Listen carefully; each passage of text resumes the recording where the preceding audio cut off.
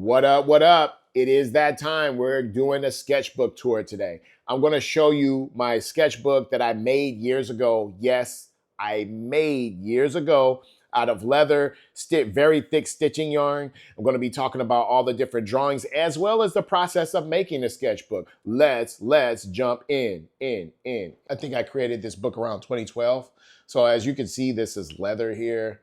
This is a big piece of leather that when you buy the leather, it's actually just a big, unruly piece of leather. It doesn't have like straight cuts like this. I actually did these straight cuts myself with, a utility knife or something like that.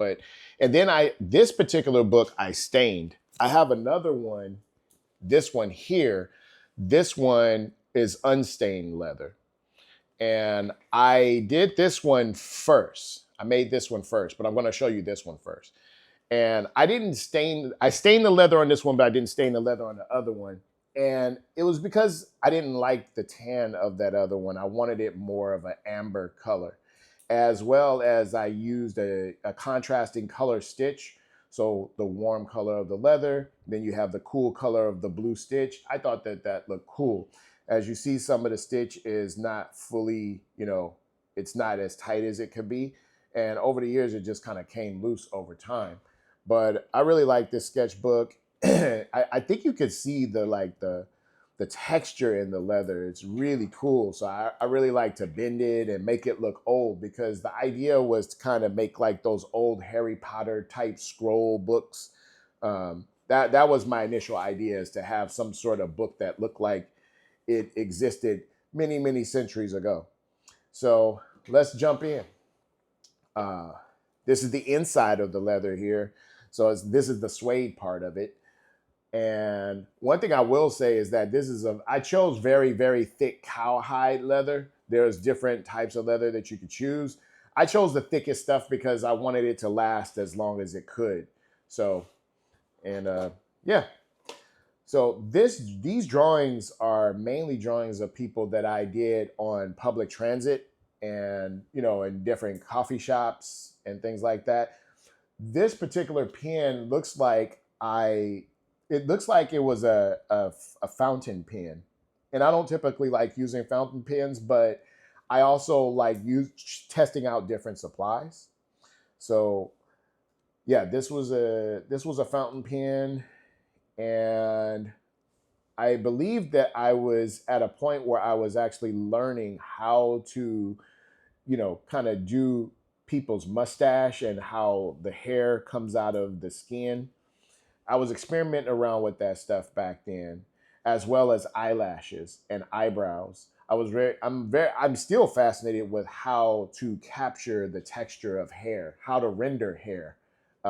Just because, there's so many strands of it, right? And how do you make it look believable? How do you transition that illusion between reality and what's on the paper and make the hair kind of look like, make it look real?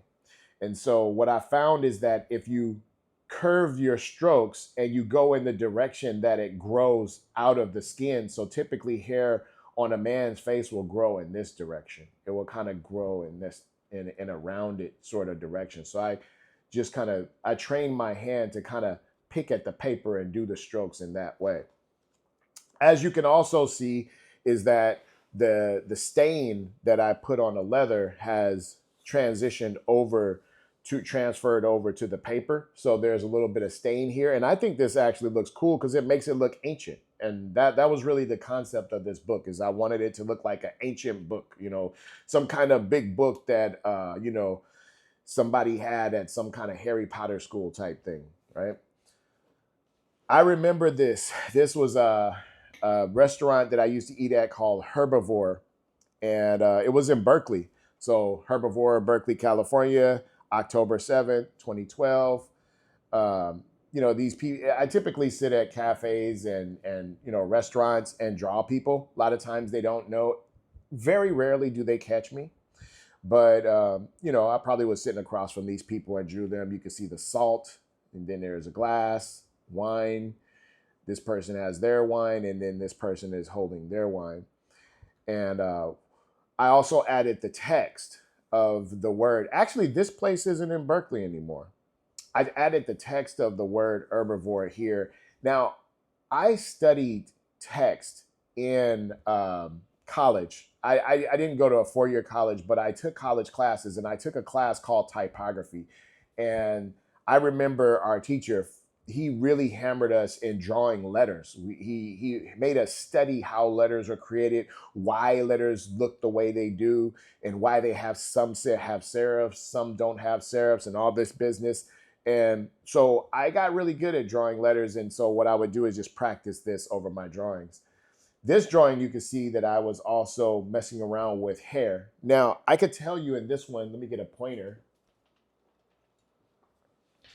I could tell you in this drawing, I was also experimenting around with pores. So like you see these little dots on the skin and this mole here. This is what makes skin looks believable. If you just do this little tip here, you will actually improve the believability of your drawings. People will see, oh, that's skin, right? And so as well as I was experimenting around with, the patterns of the way the hair lays on the head, depending on the hairstyle. And also these little lines here, these subtle little lines here, these lines I actually learned from Leonardo da Vinci and Michelangelo, looking at their work. What it does is it tells you the direction of the skin. It makes the volume of the skin believable. So, and then as well here, you can see that I'm messing around with stitch. So I have the stitches of the jacket and the zipper. I love little details like that. That's like my favorite thing to do. And I like drawing older people as well. You can see here the little bags under the eyes. As we get older, I actually have some of those myself. As we get older, you start to get bags under your eyes or whatever. But these little details I really love, like little zippers and things like that. And also, you know how when you wear like a sweatsuit jacket or something, and it has the elastic band that goes around your wrist and around your ankle. Well, I like drawing that as well. Folds in the fabric, you know what I mean? So this person was playing around with their cell phone. And I used to be a tagger. So I was also experimenting around with, tagging my name in a certain way. So here I was at a figure drawing session, and I wrote a lot of personal notes or whatever. But yeah, I was at this figure drawing session, and I know that I was using a fountain pen. So this is the same pen that I was using here, except you know how a fountain pen, some fountain pens, let me show you.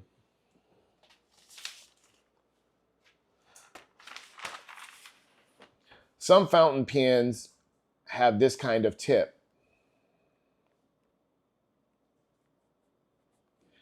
And then other dip pens, fountain pens, they have more of a straight tip, and then they curve back like this, right? So this is what I was using here, except I was using the corner insert on this drawing. I was only using the corner of the pen.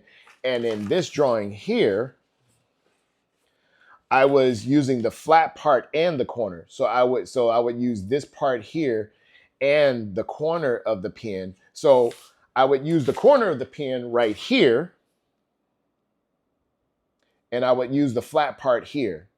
You may ask, why would you use both parts of the pen? And that is because I was experimenting around with making things look closer to the camera and making things look further away from the camera. So when I say the camera, I mean my eyes. My eyes are the camera when I'm looking at a drawing.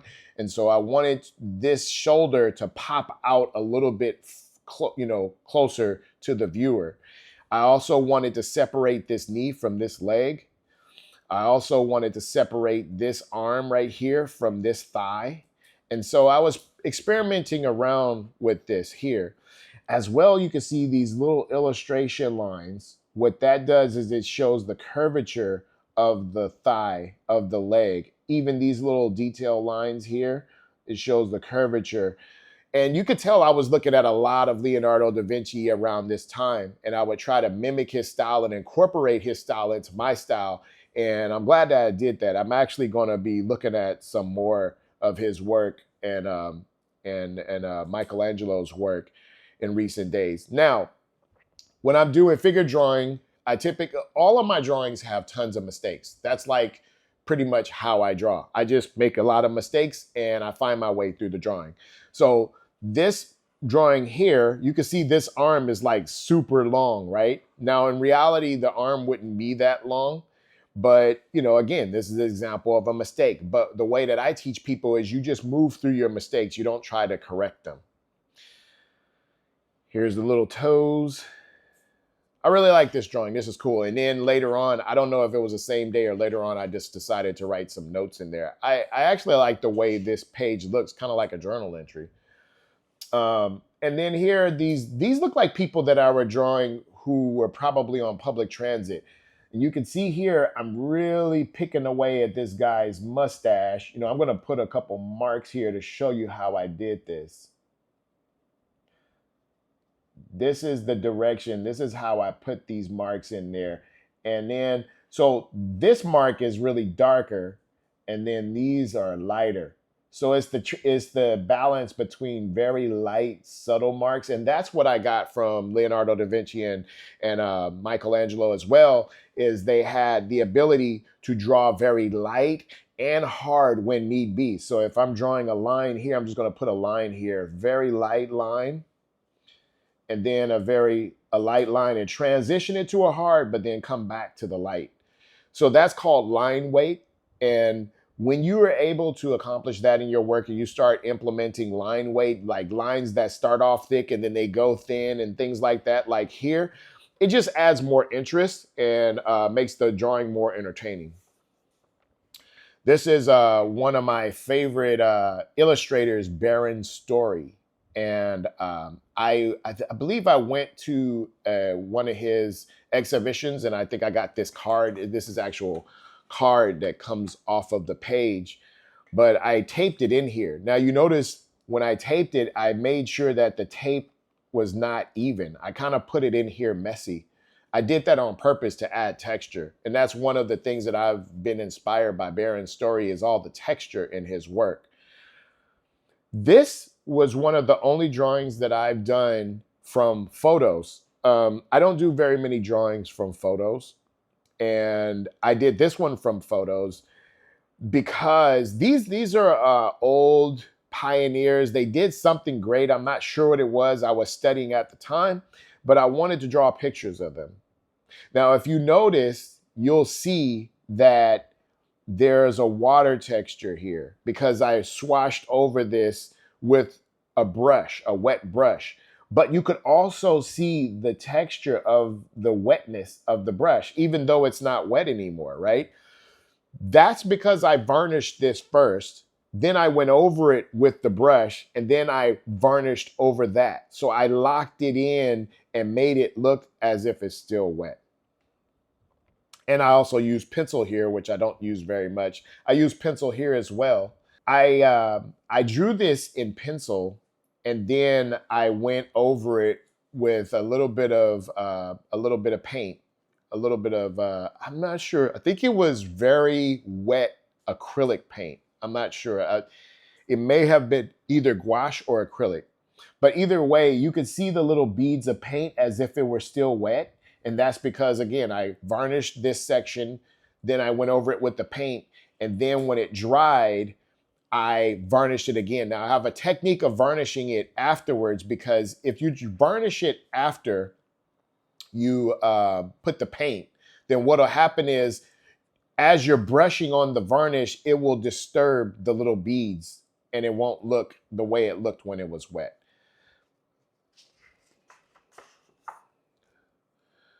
So yeah, these are really fun drawings. This is something that I did when I was, I believe these were either my art students or someone in a waiting room. It looks like somebody just sitting around waiting for something.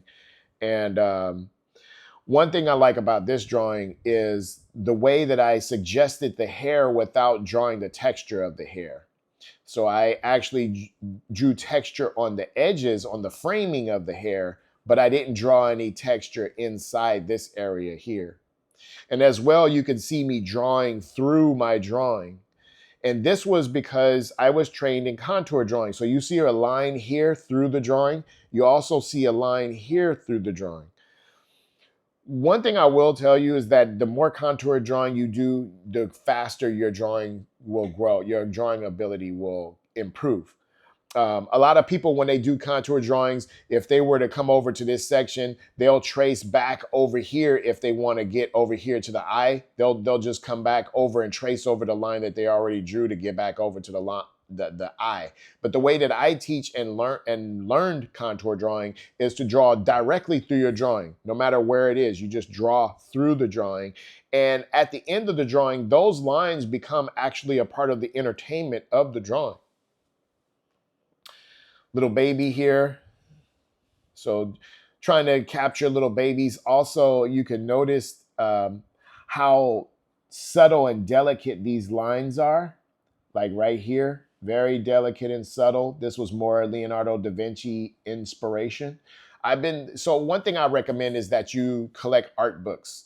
I have tons and tons and tons of art books, and I probably have too many, and I probably could open up a bookstore, but one thing that I will tell you is that looking at pictures on the internet is one thing, but looking at them in a book is a whole nother thing. Looking at them even in person at an art gallery is even better because you actually get to see the full texture of things. But the next best thing is having a book. And so I recommend you find your favorite artist and get a book of their work if it is available.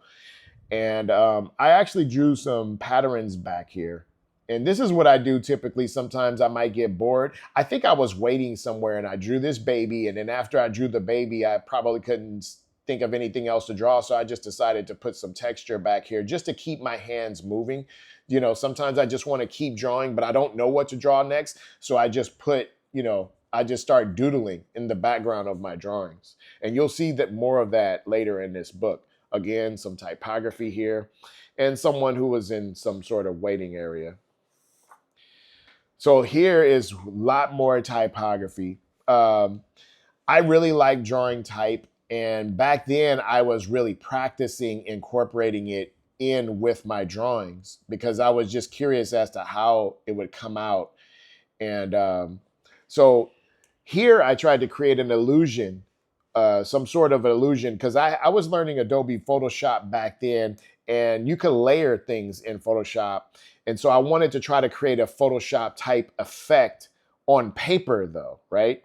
You know, some people use Canva or things like that, and where, you know, you could take a font and you could layer it over another font. Well, I tried to carefully make it look like there was a layer of font way back in the back. Then there's this other layer here, which is bigger letters, and then the person is over top of them. So this was done in October 28, 2012, and it says I was riding the BART with my family at the time. So yeah, just kind of messing around with fonts. And as well, here is a little baby that I was drawing with that same fountain pen. Yep, that same fountain pen, and both of my daughter's names on here. This is my older daughter. She tagged my book, and she wrote her name in here. And I think I wrote her name right there. This is where I really started getting into developing my style. I have a number of different styles. I used to rap back in the day, and when you're rapping, I used to be a dancer as well, a break dancer and a hip hop dancer. And one of the things that we always had a number of different ways that we did what we did. So we didn't like it to where, you know, if you rapped only one way and you knew how to do that really good, but could you do another style? And so I like developing different styles of drawing. And this is one of my main styles, which is a very loose, thrashy type drawing style where I'm just really kind of going with the energy of the drawing. I'm not trying to structure things. I'm not trying to make it look right. I'm literally just letting the pen kind of do its own thing. But yeah, I'm controlling the pen, but there's like a balance between allowing mistakes happen, allowing things to just kind of go off course. But at the same time, you do understand the structure of how to create a head, a nose, a mouth, and things like that. Here I'm playing around with some fictional character. It looks like I just kind of created some character. And then there was I think there was a bicycle in front of me, and I was messing around with making it stylized. Here you see some fonts going this way. Then you see some fonts going this way. You see some going this way, some that way. So I was just playing around with, again, that digital, trying to make it look like it was done digitally, but doing it with the hand.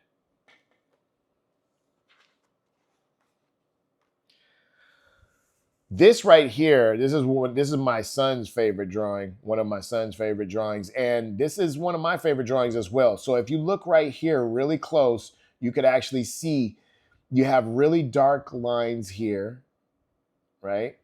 Darker, darker, darker, but then you have these really subtle, I'm gonna do one right here. Really subtle lines, you know what I mean? Very delicate lines. And same thing here. I could have pushed harder on the face with the pen, but I purposely went really light and really subtle. I'm going to show you some Leonardo da Vinci work, and where I got this idea from. And it really creates the illusion of depth. It really creates the illusion of something real being on the paper. And you notice, look at this big mistake here, right? I probably started drawing this nose and then I left that line and then I decided to go a different route, but I don't come back and correct anything. Actually, that becomes a part of the style. Little mistakes like that, right? Same thing here, same thing there.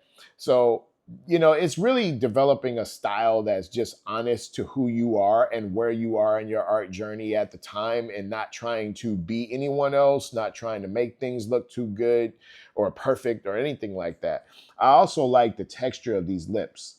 I took the time to actually put these little indentations and ripples in the lips. This guy also has moles. So, just carefully drawing. Let me show you.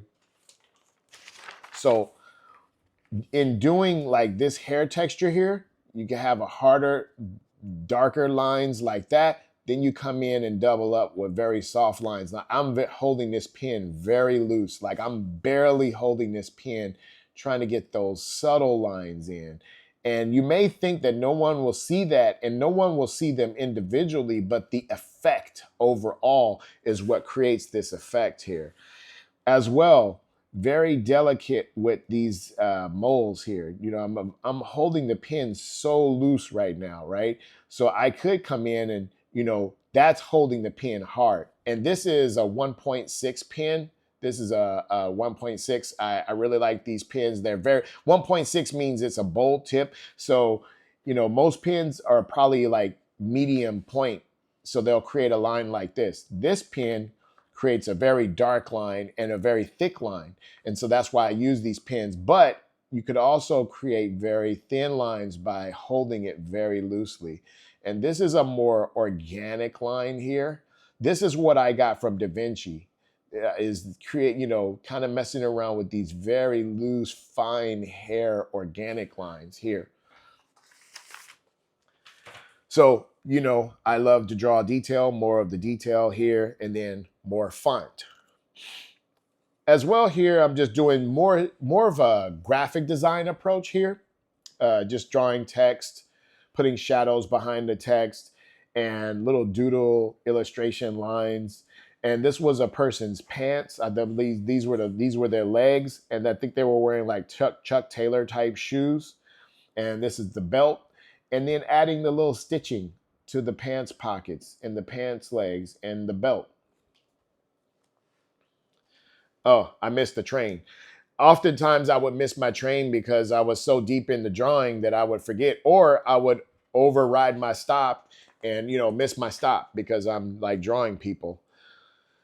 So yeah, 12 a.m. I don't know if it was 12 a.m. at the time that I drew this drawing. Maybe it was. Not sure.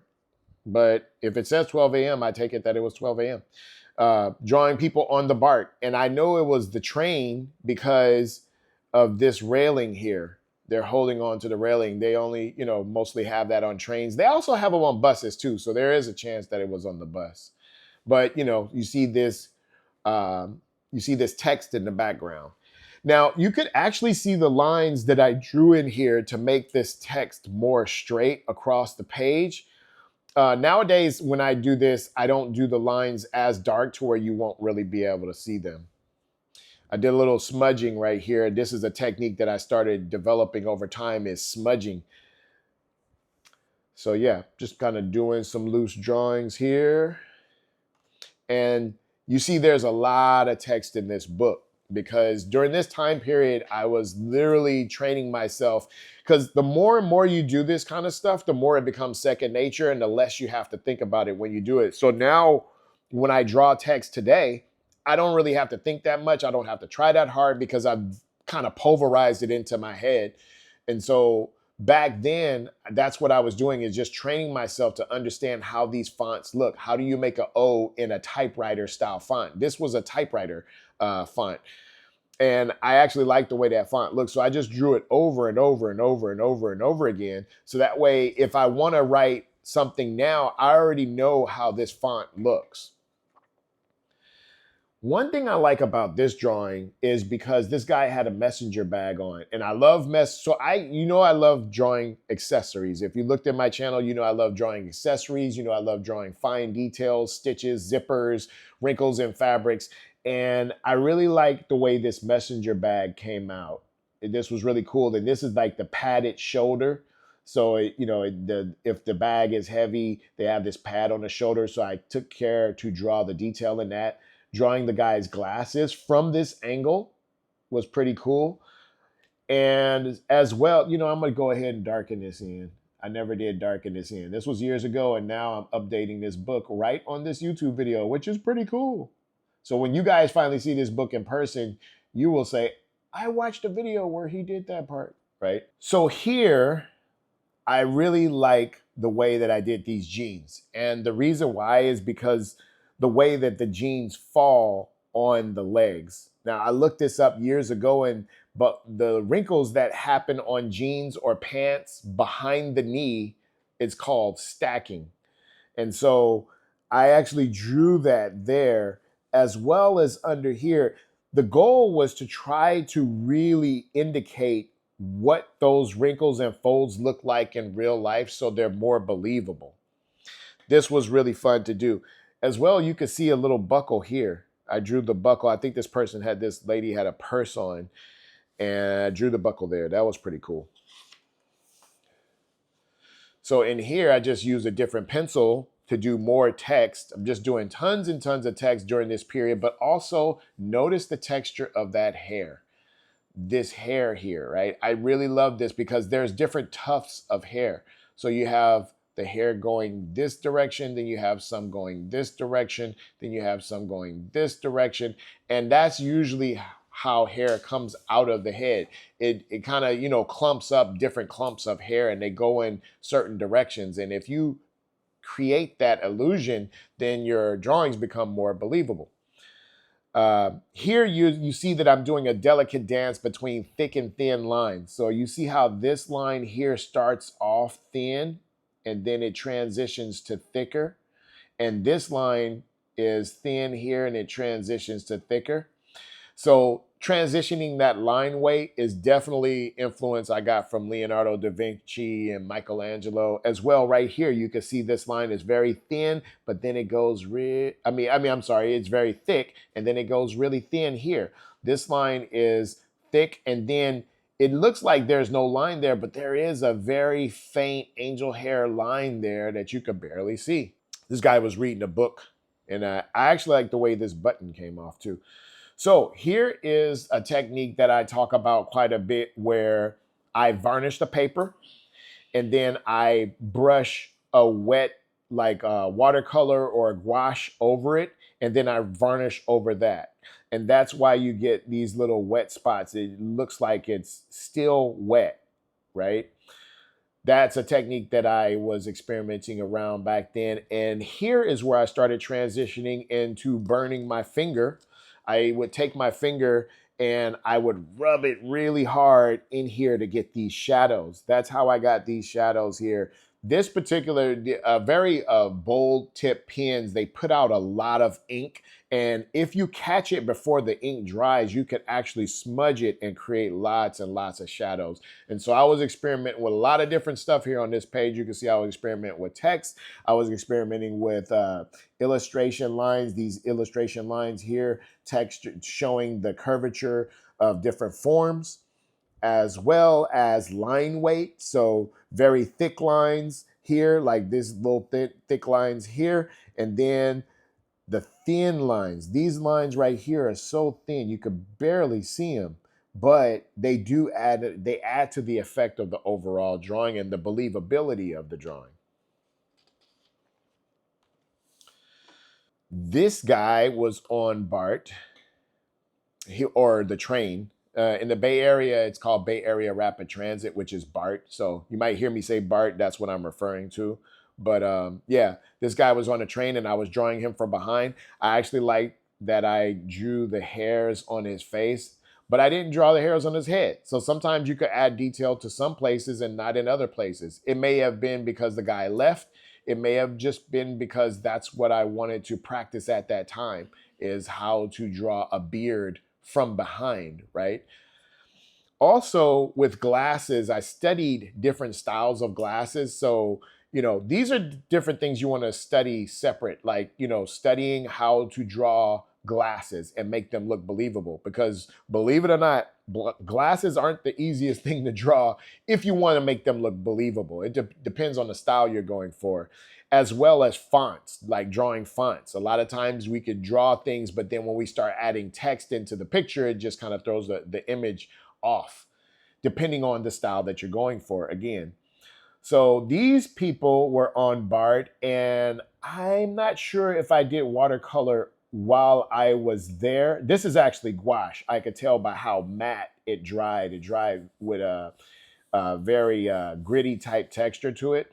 But I'm not sure if I did this at home in the studio or if I did it on the spot. But yeah, just kind of throwing in some color there. This is one of my favorite pages in all of my sketchbooks because there's so much experimentation here. And by the way, that is actually how you grow, not doing what you know how to do.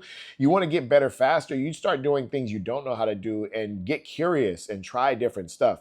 So here is where I just literally splashed water, colored water on the paper. So I just, dipped my brush in the watercolor and made sure it was really soaking wet and then splashed it on the paper right here. But why do you think it still looks wet? It's because I varnished that paper first, right? So there's like almost, varnish. Acrylic is basically plastic, right? When women go get their nails done, they say, I got acrylics, right? So acrylic is essentially plastic. So when you're varnishing something, you're putting basically like a plastic coating over it. So when you go over it with something wet after, it's not going to soak into the paper because there's that protective coating there. It's just going to sit on the paper. And if you allow it to dry, which takes a lot of patience because a lot of times when I'm working on art, if I put something really wet here, I'm going to have to go to another sketchbook if I want to keep doing work, because otherwise I'm just going to want to take a paper towel and dry it up so I could keep working, right? So what I did was I splattered the water here and then wait. Sometimes it might take a couple hours when you have the water very, really heavy layer of water. It may take a long time for it to dry, but it won't soak through the paper. As you see, it didn't go through the paper. Why? Because there was that varnish over the paper at first. Then you have to varnish it afterwards because, again, if I spilled some water on here and just rubbed this, that would reactivate the paint. And then what would happen is it would start to disturb the texture, these little water droplet illusions. So yeah, messing around with font, And not only font, but you can see here, I did a light layer of font under here. So there's words under here written in pencil. And then there's these words written in red pen. And so that's to create a visual illusion as well. As you look at it, you're just like, whoa, what am I looking at here? Same thing here, doing font over font. Some font is very faint in the background, like right here. This is a T, H, A, T, that. And then I put a very dark layer of font over here. And so it's just really just to create an optical illusion. And I'm repeating this process throughout this entire thing. These are just people who were writing and I know this person was writing the Bart because I could tell by the design of this door here and these stickers. These are like the stickers that I think says do not lean on the door or whatever.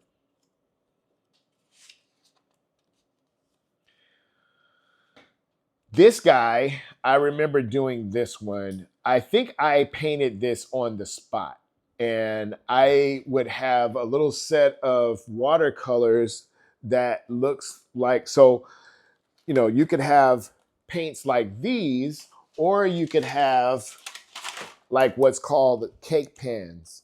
And so these cake pans I would take with me, and sometimes I would have it sitting here, and I might have like a little container with water in it, and then I dip my brush in, and I'm literally doing all this on the train, right?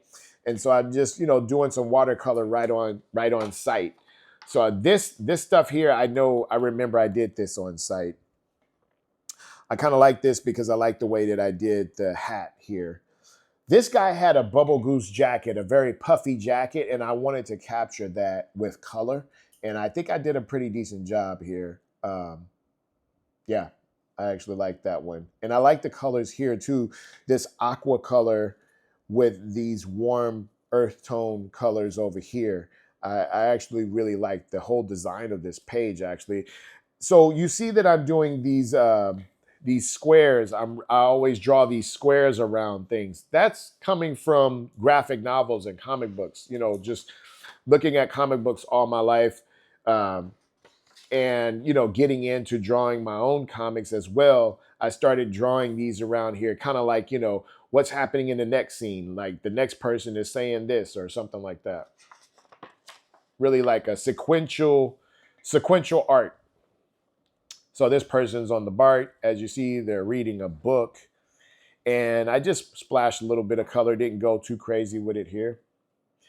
This person was really fun to draw because obviously she was asleep, so she had no idea. But around this time period, you can see I'm really getting deep off into hair texture. Look at how light this is here. This is very, very light. You could barely, I'm barely holding the pen here.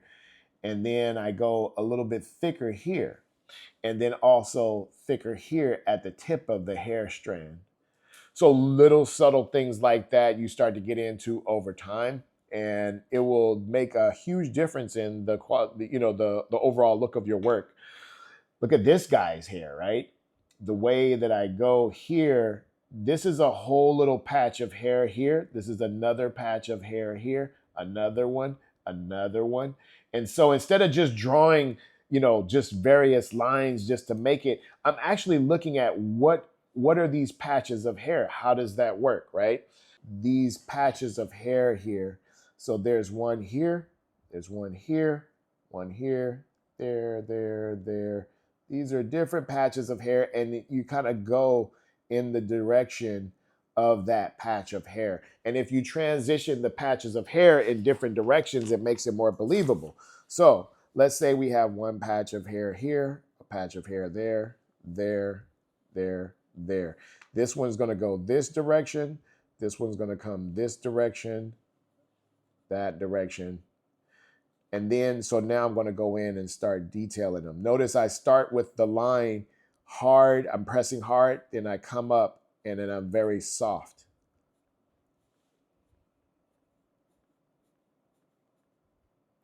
Then I come back the other way.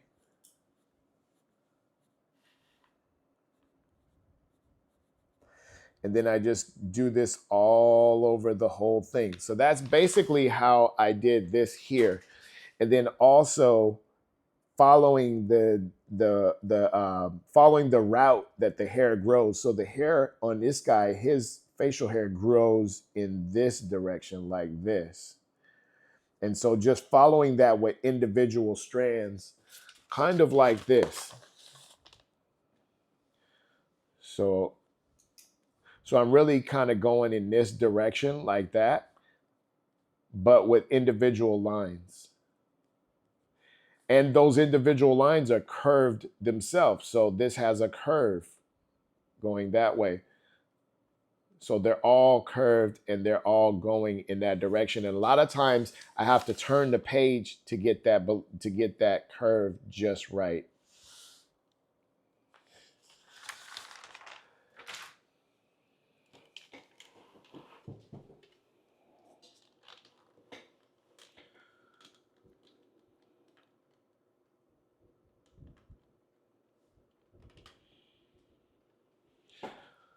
So yeah, and you actually see that there's a little bit of watercolor on this image, and I tried to make it look like it's still wet a little bit. Practicing hair, practicing skin, details in the skin, and zippers. I love drawing zippers. I've actually gotten really fast with drawing zippers. I could draw a zipper like super, super duper, duper, duper fast.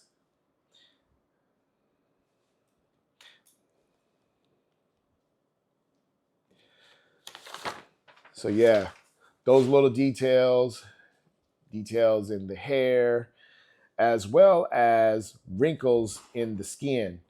So remember I said I like drawing older people?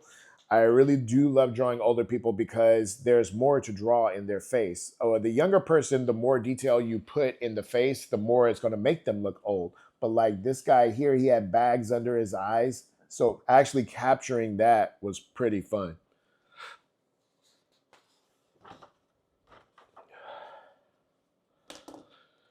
And um, I'm probably going to break this video up into multiple videos because this will be, at the pace that I'm going, it's probably going to take like an hour or something just to get through all of these pages here.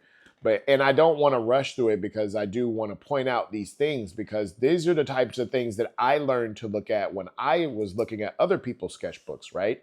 Because enjoying the art itself, yeah, that's one thing, but understanding, breaking it down and understanding how the person created it, what they were thinking, the route they were thinking, the things they were experimenting with, and things like that. That's the stuff that I find fascinating. So I thought that I would share this stuff with you all. 2013. So again, messing around with fonts. Now I'm doing thicker fonts and I'm also incorporating graphic design. So putting these ladies over this font, but as well as the using negative space, like the shape of their legs, making the shape of their pants and legs very interesting little lines over this text. Here, I played around with smudging. So I drew this text over here in pencil. Then I sprayed it with a varnish. And then I drew another layer, then sprayed it again. Then the third layer, I did some smudging of the pencil. So that's why it gets a little darker here. Then I sprayed that. Then I came back over with text with ink and then drew this picture. So that's why it has this illusion here.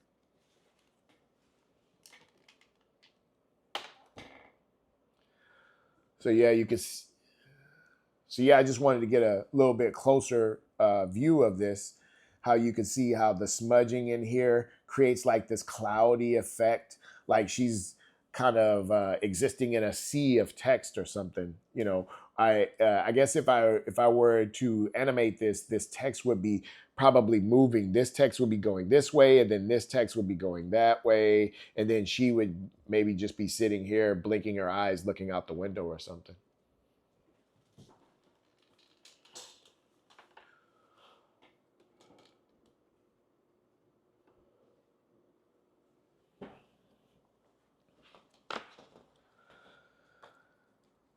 playing around with different colors with the watercolors. And this was a bicycle, and I really like this bike that I did. I like drawing bikes because I love bikes, but also because this the volume, or I should say the form of this seat, really translated with the watercolors. So it really feels like this seat, kind of curves out. It almost feels like I could pick it up off the page. That's because of the core shadow here and the core shadows here. It really worked well. And the way that I paint and the way that I work at is I work so fast that I don't really go too slow to try to pull these types of illusions off. So a lot of times they just don't work. You know what I mean? And I just leave it. These boots, Doc Martin boots, somebody had some boots on, and I've always been into fashion. And I wanted to actually really detail these boots as best I can. So I drew the laces in the boots as well as the little holes. I forgot what this called, the ring holes that the laces go in. So that was pretty fun. These boots were really fun to draw because they were nice and molded. The leather was molded into the person's foot shape, and so I wanted to try to capture that as well. And then again, you see the box going around here, the whole comic graphic novel thing. Some couple that was on the train, looks like, and then we got some zippers here. Testing out that hair technique as well as with the eyebrows. Very subtle, delicate lines here. Let's get a little closer look at this.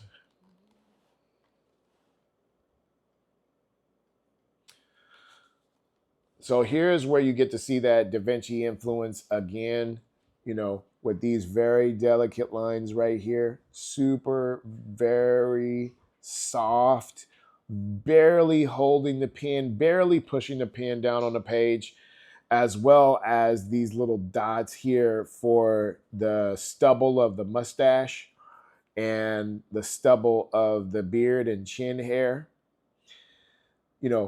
Really playing around with very thick, the thick outline, very bold outline against these really, so you got the bold outline of the top of the hair against these very subtle hairs, because this guy he had lost a lot of his hair. So these hairs shouldn't be that pronounced. If I drew them darker, it would look almost cartoony.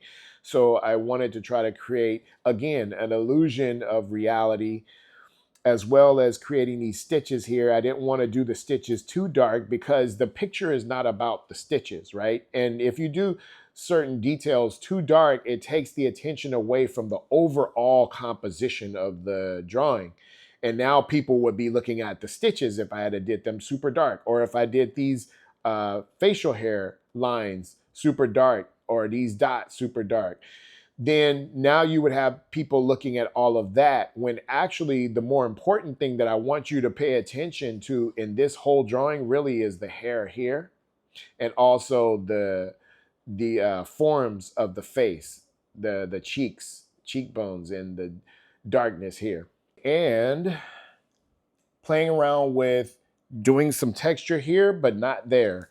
So I did the texture of the hair right here, but then I don't put it throughout the rest of the hair. Is because I want to suggest to you that this is what her hair looks like without actually showing you all of the hair.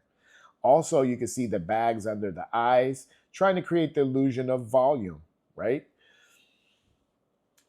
I really like this guy here.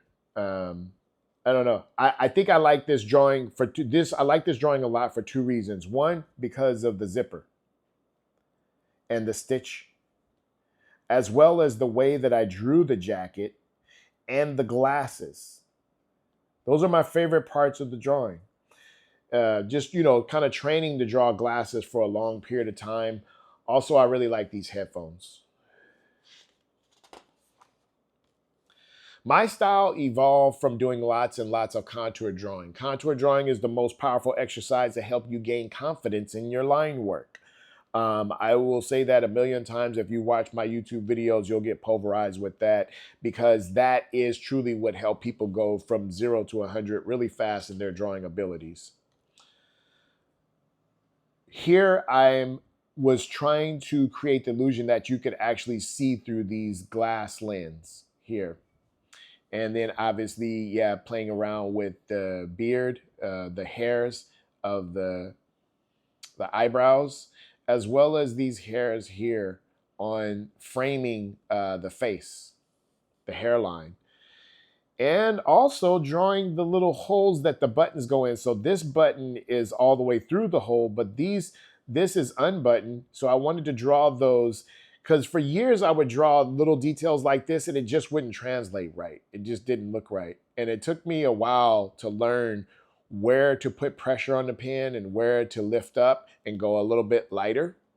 Here I wanted to communicate, I believe this girl was Asian, and I was very fascinated in trying to depict people's ethnicities in the drawing. And also she had a really light, faint necklace on, and I wanted to communicate that without going too heavy because I wanted to show how dainty it was, right? This is Ruth Smith. She's on the cover of my book of drawings. I had her actually sign the page, 2013. And when I drew her, I was thinking of a lot of Leonardo da Vinci influence. I do have other artists. I know I've said da Vinci a million times in this video. I do have other artists that I look at, but he is those old masters. I really looked at their work a whole lot. But I also look at graffiti artists. I also look at tagging around the city. So I'm looking at all types of art. There's not just one influence. I'm not just going to old classical drawings. But here you could actually see this drawing of Bola. This was my friend Bola, and she was the elder of mine. And you can see here, I'm playing around again with those exercises that I learned from Da Vinci, which is doing very faint lines. This is a training that you really should try, is like how to draw super duper faint lines that follow the form of the face, different areas of the face. So her cheeks, it kind of sunk in right here. How do you create that illusion with a pen? And remember, all these drawings, mostly all these drawings are drawn with a pen. So I'll show you. So if I did like this, that would be too hard, right? So it's like you go a little bit softer, a whole lot softer. And I'm going to say something that may sound a little weird, but you really love the drawing. You really love the drawing. Like if you were stroking a baby's face or someone you loved, you're stroking their cheek. This is how you're stroking the paper. You're doing it in a very romantic, sensual style of drawing. And when you get that feeling and that emotion for your drawing, as if it were, someone you're in love with or something like that, that's when you get this stuff here. And I'm really thinking about that romantic mindset, that loving type of mindset as I'm drawing this picture here. But I'm thinking about it for the drawing, right? Not the person. I'm really thinking about it for the drawing. So, and that's how that energy translates to the paper. So drawing is a very emotional exercise, or it can be, because it just depends on your purpose for drawing. Now, if you're drawing a spaceship, you're probably not going to be in a central place like that. But when I'm doing drawings like these, I'm playing around with different channels of my mind and different ways of thinking as to how I could communicate these lines in such a way that it evokes emotion from the viewer. This one I drew in pencil. And I don't draw in pencil very often, but this was probably a very soft pencil, like maybe like an 8B pencil. And I think I got this pencil from Japantown. These are pencils that they use in Japan for animation and things like that. And I could tell that I really had fun with this pencil because of the way the drawing came out. A lot of times I just don't like the way the rub of the pencil feels on the paper. But this one, it was pretty buttery. And I believe I varnished it afterwards. Actually, yeah, I could tell that I varnished it afterwards. But I also want to show you these thick lines here. very harsh lines. But then he had a plaid hat on, and I went really light with the plaid. Why? Because that's not the focus of the drawing. The focus of the drawing is not the plaid. And if I went too dark, then that would draw your attention there when I really want your attention on these glasses and this hair here and this zipper here. So now I'm playing around with, again, texture of hair, curly hair, and then also following a plaid pattern here.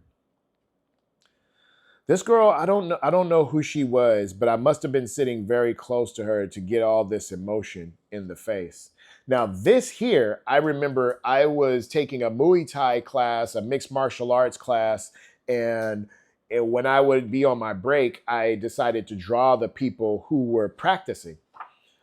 And so these people were actually at that gym practicing mixed martial arts. This was in 2013. Yep. So then I painted it with coffee. I painted this with espresso. And I know, and the cool thing about espresso is it gives that old, centuries old look. I like the way it looks. More people practicing. This is a Pacific Ring Sports, February 16th, 2013. Drawing people as they're practicing their mixed martial arts. And you notice I'm drawing with a pencil, and you could also see that the pencil rubbed off to the other page. So that's where these little smudges come from. That's what happens when you don't varnish a drawing, when you use a pencil such as like an 8B or a really soft pencil, then the graphite will rub off on other pages. But I don't mind it. I just think it makes it look old and vintage. I like my work to look vintage. I've always been fascinated with the fact that a lot of those drawings from the past, old paintings that we look at, they didn't look like that when they were first completed. But we see them when they're really old. So oftentimes they have cracking in the paint and things like that. And so looking at that stuff over the years, I actually fell in love with the old look. And so I tried to make things look old, which is why I made this book the way I did. I wanted it to look like, it existed a long time ago. So here, really playing around with the pattern of the hair, the direction that her hair is going back into this bun, and also eyelashes. I gave her eyelashes on this one, and really trying to figure out how hard do I push on these eyelashes before it starts to look a little too cartoony.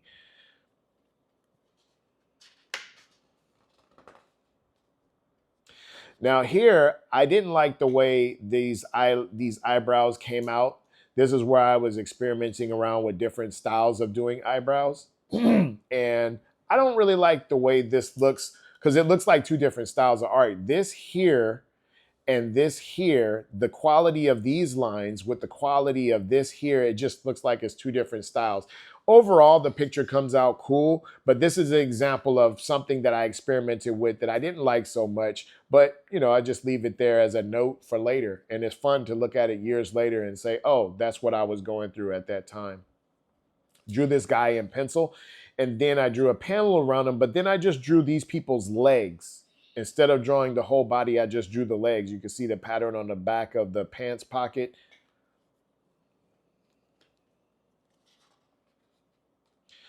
Ruth Smith again. And I'm really going in. So let me show you this texture. So you could actually see the different directions. It goes in this direction. And then you come up in this direction. And you know where I got this from? I got this from looking at the artwork on the dollar. If you look at the dollar bill, you notice it has those really faint lines that suggest the curvature of his face. I remember when I was little, I used to always wonder how they did that. And then I started practicing it. And so I did it in all these different areas to try to suggest the form of the face. I also like the design of these glasses here because they had this little gold wiring that went back to the arm of the glasses. And I wanted to try to capture that as well as the nose pad of the glasses, being able to see that through the lens, but not being so detailed, because that's actually how you see nose pads. We don't really, most people don't even notice that they're there, but they are there and they add to the overall aesthetic. This lady was in my Toastmasters group, I believe, and she was probably watching a speaker while I was sitting next to her. And she had I'd say 90% of the people that I draw have no idea that I drew them. So I just kind of drew her and then went from there. But I also like that the lines are very dark, but then you have these very subtle lines, these little angel hair lines here, very light. And that suggests how thin her hair was and how, just kind of like a graceful look. You could also see some of those directional lines right here on the jaw, just to show the form. So this drawings that these are paintings, a drawing and a painting that I did of Ruth Smith. So while I was training her in drawing, we would draw each other. So sometimes I would paint her, sometimes I would draw her. Here you can see that texture here. Here you can see the texture, the directional lines. And this area here is like really interesting because I had to go a little bit darker on the lines. So this is what I had to do. I had to start off light, go dark, and then come back light. Start off light, go dark, and then come back light. Start off light, go dark, come back light, light, dark, light, light, dark, light, light, dark, light. And I had to do that over and over. And this is something that you had to be very, very careful at in order to create this effect here, to show the shape of her forehead. And also all these different directions that I go in to show depth, and then go really dark here to show that it's dark behind the earlobe, and inside the ear. And then look at the texture of these very thin textured lines here of the hair. This is where the real magic happens. And again, I got all this inspiration from Da Vinci, Michelangelo, and Egon Schiele. That's another artist that I looked at. But really trying to depict, not just throwing random lines, but trying to depict actually what you see there. And then I painted this flower over her, I think because I didn't like the way the rest of the drawing went. I think I didn't like the nose.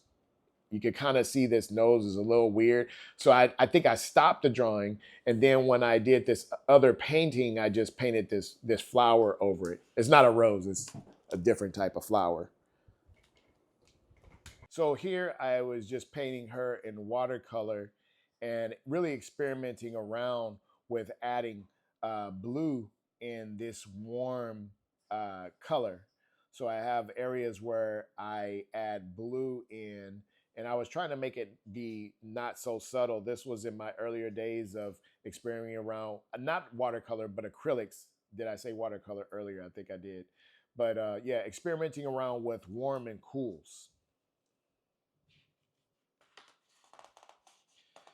And at this point, I'm going to go ahead and do a part 2 to this video because it is getting very long. And I have a whole lot more work to show you and I don't want to rush through it. So we're going to come back to this in the next part of this video. I will end off with this last one where this was a figure drawing session, and the model did a number of poses in the figure drawing session. So if you're not familiar what figure drawing is that you will have a model. Oftentimes the model is nude. It's not for any perverted reasons. It's because the artist wants to learn how to draw the human body.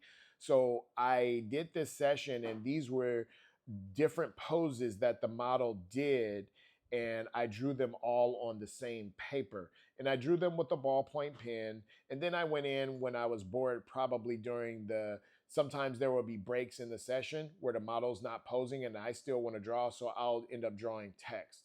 And I do recommend that. Like if you're drawing something or someone and there's a break or the person needs to go to the bathroom or whatever the case may be, if you feel like drawing, just do some doodling or practice something else on that same page. You know, it'll come out either nice or it'll come out bad. It doesn't really matter. I was also playing around with designing this page, right? How do I place these images to make the overall page? Like if I took this and put it on a wall, how do I make this design wise look good? But yeah, thanks for watching. And I would say that I'm going to do a part 2 of this video. So make sure you're subscribed so that you see that as well. Thanks for sitting through this long sketchbook tour. Those of you who are very interested in how to make a sketchbook the way that I made mine, I would ask you to put it in the comments and let me know your interest. I could actually do another video where I show you how to do it, because I actually have some supplies around here somewhere that I wanted to make another sketchbook, but I just haven't got to it. So if you guys say, yeah, I want you to show us how to make a sketchbook, then that'll give me an excuse to actually make this sketchbook. I've been sitting on these supplies for a couple months now. But thanks for watching the video. Leave your comments, any questions or concerns or anything that you want to say. I've been enjoying reading the comments lately. I've been getting some really long comments, and it makes me feel good to know that people are benefiting from the videos. So yeah, leave comments. Also, click the like button, because what it does is it sends the algorithm, it lets the AI algorithm know that, hey, people like this video. And then it'll show it to more people who can benefit from the inspiration. As well as, I've looked at the data, a lot of you aren't subscribed. So I got quite a few subscribers, but then those of you who aren't subscribed, click the subscribe button, because what that does is you already know, it's going to let you know when I put out new videos. But also, aside from that, it also lets the algorithm know that, hey, I really like this video and I think other people should check it out. You know what I mean? All right, I'll see you in the next one.